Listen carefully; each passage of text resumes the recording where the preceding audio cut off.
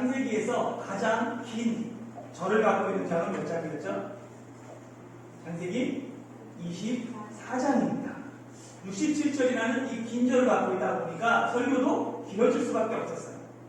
그래서 4번에 나눠서 설교하고 있는데 오늘이 드디어 마지막 그 4번째입니다. 창세기 24장에서 눈여겨봐야 될 단어들이 몇 개 있어요. 그 중에 하나는 택하심이라는 단어입니다. 보면 24장에 택하심이라는 단어가 7번 기록되어 있어요.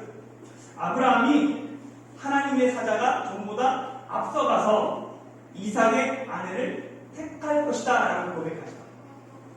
그리고 아브라함의 종이 하나님이 자신을 바른 길로 인도해서 아브라함의 동생 나홀의 딸을 만나서 그를 이삭을 위하여 아내로 택했다라고 고백하며 하나님을 찬양합니다.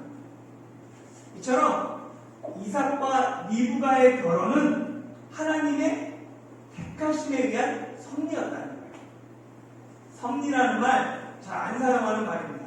뭐냐면 세상을, 우주를 하나님의 다스리는 뜻이 있다라는 거예요. 그래서 세상을 다스리는 하나님의 뜻을 섭리라고 교회에서는 이야기합니다. 하나님의 섭리로 리브가가 이삭의 아내로 택함받은 것처럼 마찬가지로 우리가 이 땅에서 타해중 한국교회로 만난 것도 하나님의 섭리입니다. 하나님의 다스림이 있다는 거예요. 그런 의미에서 한번 옆 사람에게 인사하도록 하겠습니다. 우리의 만남은 하나님의 섭리입니다. 당신이 계셔서 교회가 더욱 빛납니다. 예, 창세기 24장 한번 복습해 보도록 하겠습니다. 아브라함은 자신이 가장 신뢰하는 노종을 통해서 이삭의 아내를 택하게 합니다. 종은 아브라함과의 맹세로 가나안 족속이 아닌 아브라함의 족속에게 가서 친구를 찾게 되죠. 그래서 메소포타미아 나홀의 성에까지 가게 됩니다. 나홀의 성에 도착한 종은 성 밖 우물 곁에서 하나님의 도우심을 위해 기도하죠. 종의 기도가 마치기도 전에 리브가가 등장합니다. 그리고 리브가가 종이 기도한 대로 응답이라는 것을 확인하고는 종은 하나님의 선하심과 인자하심을 찬양해요. 그리고 리브가의 가족들과 함께 만나서 자신의 사명이 무엇인지, 그리고 리브가를 만나기까지 하나님이 어떻게 인도하셨는지 그 모든 과정을 증언합니다. 그리고 리브가를 이삭의 아내로 줄 것인지 말 것인지 결정하라라고 얘기하죠. 그래야 내가 좌든지 우든지 행할 수 있다라고 말합니다. 하나님의 사명을 맡은 사람은 언제든지 이렇게 당당하죠. 왜냐하면 하나님이 사명자와 함께 하시기 때문입니다. 일이 잘 풀리지 않아도 실망하거나 괴로워하지 않아요. 하나님의 뜻이 있으면 반드시 그 길은 열릴 것을 믿기 때문입니다. 이 결단을 촉구하는 이 종에게 리브가의 오라버니와 그 부친이 하는 대답이 본문 50절, 51절입니다. 같이 한번 읽어볼까요? 시작! 라반과 부두엘이 대답하여 이르되 이 일이 여호와께로 말미암았으니 우리는 가후를 말할 수 없노라. 리브가가 당신 앞에 있으니 데리고 가서 여호와의 명령대로 그를 당신의 주인의 아들의 아내가 되게 하라. 아멘. 근동이라고 얘기하죠. 사실 근동은 유럽에서 가장 가까운 아시아 동쪽, 거기를 근동이라고 말합니다. 유럽에서 가장 먼 아시아 동쪽을 뭐라고 해요? 그럼 극동이라고 얘기합니다. 근데 그 기준이 유럽입니다. 그래서 오늘날에는 근동이라는 말보다는 중동이라는 말을 사용하죠. 근데 구약시대 메소포타미아 문명과 이집트 문명이 어우러져 있는 그 비옥한 푸른달 지역, 그 지역과 그 시대를 성경에서는 대부분 고대 근동이라고 통칭해서 읽었습니다. 그래서 고대 근동이라고 하면 구약시대를 배경으로 하는 그 당시 그 지역들을 고대 근동 지역이라고 말하죠. 고대 근동에서 결혼은 당사자의 의견보다 누구의 의견이 중요해요? 부모의 의견, 가문의 의견이 더 중요합니다.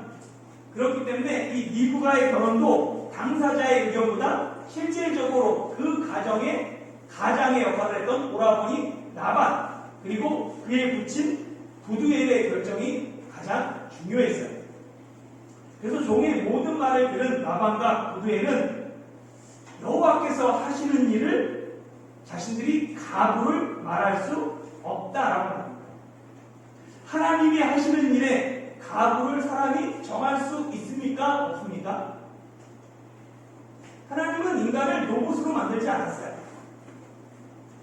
인간은 스스로 판단하고 선택할 수 있습니다. 그래서 하나님이 자유의지, 우리가 인간에게 주신 자유의지라고 얘기하죠. 인간에게는 자유의지가 있기 때문에 스스로 판단하고 결정해야 돼요. 그러나 어떤 문제에 있어서는 그 일이 특히 하나님의 뜻이라면 사람은 그 가부를 결정하지 않고 하나님의 말씀에 그 명령에 순종하는 것이 믿음입니다. 나반과 부두엘이 가부를 말할 수 없다는 것은 그들이 스스로 판단할 수 없다는 말이 아니에요. 이것이 하나님의 섭리 가운데 하나님의 뜻 가운데 이루어지는 일이라면 자신들은 순종할 수밖에 없습니다 라는 의미입니다. 이 가부를 말하는 시브리어 원문에 보면 라와 토브로 되어 있어요. 그러니까 나와 토브인데 나는 악함이라는 뜻이고 토브는 선함이라는 뜻입니다. 그래서 창세기 1장에서 하나님이 만드신 것을 보시기에 좋았더라 할 때 이 좋았더라가 토브예요. 토브는 아름답다, 좋다, 선하다, 온전하다는 뜻입니다. 이에 반대되는 게 나예요. 나는 악하다, 나쁘다, 온전하지 못하다, 부족하다 이런 뜻이죠. 하나님이 하시는 일, 이거를 원어를 보면 선과 악이라는 거예요. 그러면 선과 악을 사람이 판단할 수 있습니까? 없습니까? 사람은 선악과를 먹은 후에 선악의 판단 기준이 누가 되었어요? 자신이 되었어요. 자기인 거예요. 그래서 인간은 하나님조차 판단하고자 합니다. 하나님의 말씀에 나를 맞추는 게 믿음이고 신앙인데 그렇게 하지 않아요. 도리어 내 뜻에 하나님을 맞추려고 합니다. 자기 중심성이 타락한 인간의 특징 중 하나예요. 타락한 인간은 내 뜻에 맞춰서 하나님을 판단하는 거예요. 그래서 내 뜻대로 일이 이루어지면 하나님은 어떤 분이에요? 선한 분이에요. 그러나 내가 기도하고 내가 원하는 대로 내 뜻대로 이루어지지 않으면 하나님조차 악하다고 판단합니다. 믿음이라는 건 이 선악의 판단 기준을 다시 하나님께 돌려드리는 거예요. 내가 판단하지 않겠다는 거예요. 그래서 하나님의 뜻에 맡겨드리는 것, 그것이 믿음입니다. 그렇기 때문에 믿음은 하나님의 뜻을 판단하지 않고 그 하나님의 뜻에 순종하게 합니다. 사도행전 5장에서 공의 앞에 사도들이 잡혀갔어요. 그때 사도들이 대제사장을 향해 담대하게 외칩니다. 사람보다 하나님께 순종하는 것이 마땅하도다. 믿음은 사람에게 순종하지 않고 하나님에게 순종하게 합니다. 비록 나반과 부두엘에게 하나님을 향한 여호와 하나님의 신앙, 믿음은 없었어요. 그러나 아브라함의 종의 그 증언, 하나님을 증언하는 그 모든 말을 듣고는 이것이 여호와께로 말미암았다라는 것을 깨닫게 됩니다. 그래서 그들은 선악을 판단하지 않고 도리어 하나님이 하시는 일에 순종했습니다. 열왕기하 5장에 보면 아람 군대 장관 나아만이 나오죠. 나아만은 나병에 걸렸어요. 나병 환자예요. 이 나병을 고치기 위해 나아만은 이스라엘의 엘리사라는 선지자를 찾아옵니다. 그런데 엘리사는 강대국인 군대 장관이 자신을 찾아왔음에도 불구하고 얼굴조차 내비치지 않고 문 밖에 세워두고는 종을 보내요. 그리고 앞에 보이는 요단강에 가서 몸을 7번 씻으라라고 전해주죠. 머리 끝까지 화가 난 이 나아만은 분노하며 돌아갑니다. 그때 부하가 권유하죠. 그래서 마음을 고쳐먹고 엘리사가 말한 대로 요단강에 들어가서 몸을 7번 담궜다가 나옵니다. 그랬더니 나아만의 피부가 아기 피부처럼 되고 그 나병이 깨끗하게 치유되었다라고 얘기해요. 나아만이 어떻게 고침을 받았습니까? 하나님의 말씀에 순종했을 때 나병이 깨끗해졌어요. 비록 내 믿음이 부족해도 내가 하나님의 말씀에 순종할 때 기적이 일어나는 거예요. 하나님의 말씀에 순종하는 사람에게 하나님이 은혜를 베푸십니다. 타이중한국교회가 하나님의 말씀에 순종하는 교회, 순종함으로 날마다 기적이 일어나는 교회가 되길 소망합니다.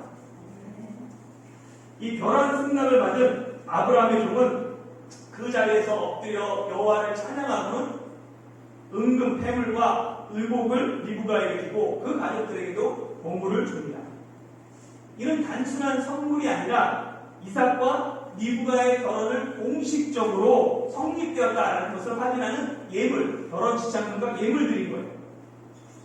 아브라함의 종이 신부측에게 보낸 이 예물을 미리 준비해온 것을 보면 아브라함은 정말로 말뿐이 아니라 정말 믿었다는 거예요.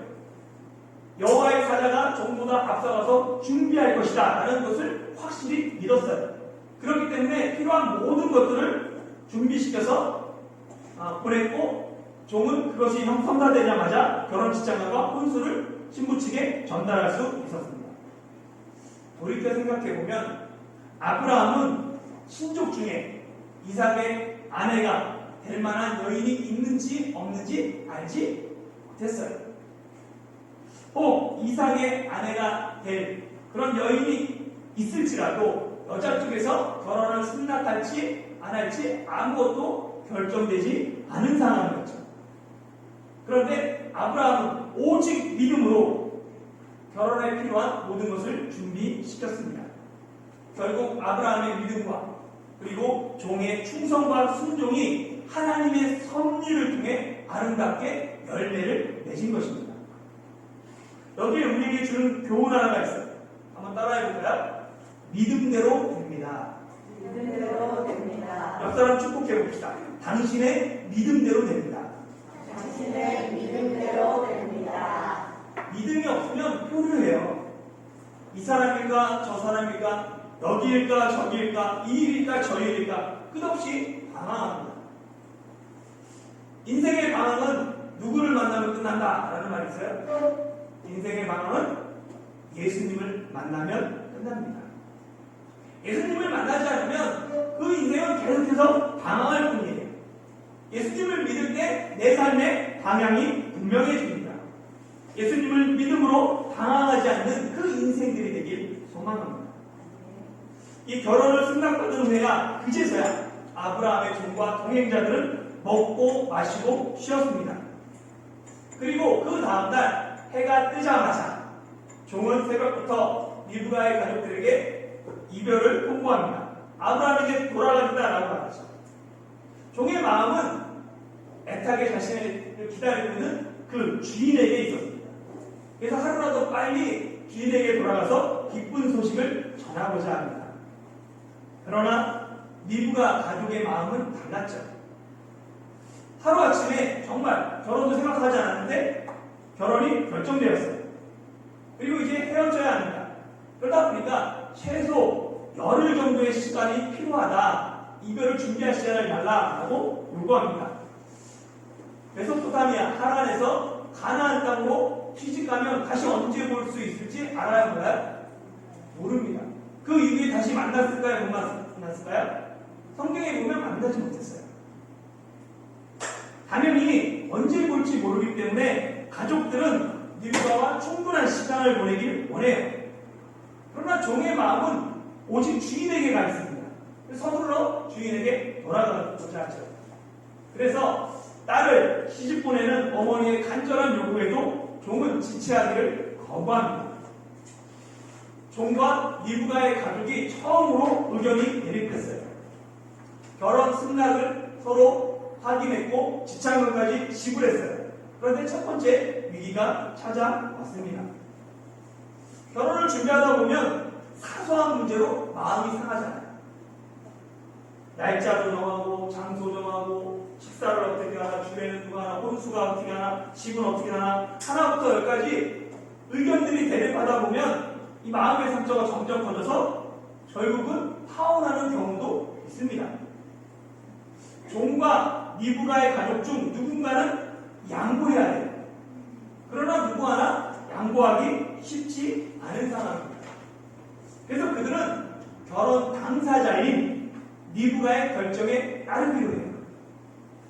사실 이 문제는 매우 곤란한 문제예요. 마치 어린아이에게 아빠가 좋아, 엄마가 좋아 묻는 것 같은 어리석은 질문이죠. 어느 쪽을 대답하든 상처를 줄 수밖에 없습니다. 니브가는 이 곤란한 질문에 단호하게 대답해요. 내가 가겠나니? 가겠다라고 얘기하죠. 이 니브가의 말 한마디에 문제가 해결돼요. 여자의 인생에서 가장 중요한 결정이 뭐예요?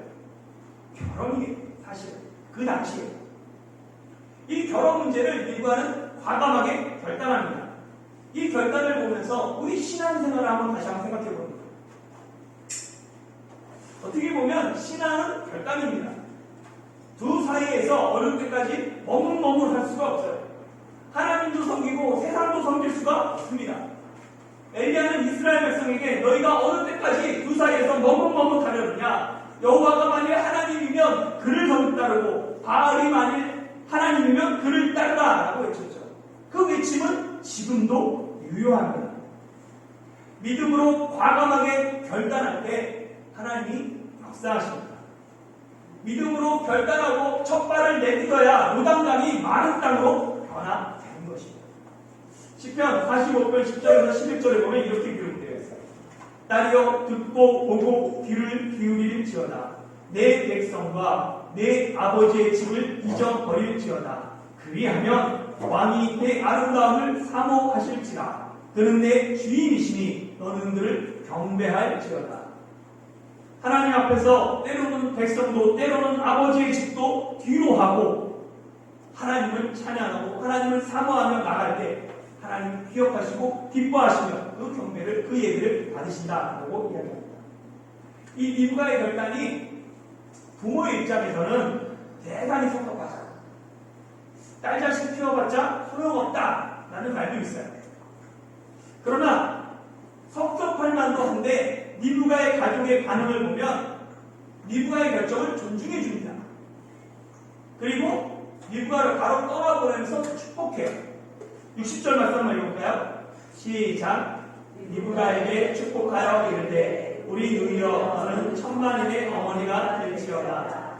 내 시로 그 원수의 성문을 얻게 할지어다. 아멘. 명절에 부모님께 전화 드리셨습니까? 전화 안 하는 자식을 보면 부모 입장에서 뭐예요? 섭섭하죠.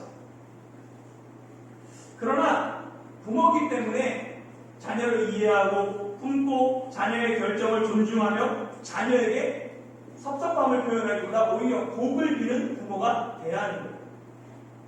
마찬가지입니다.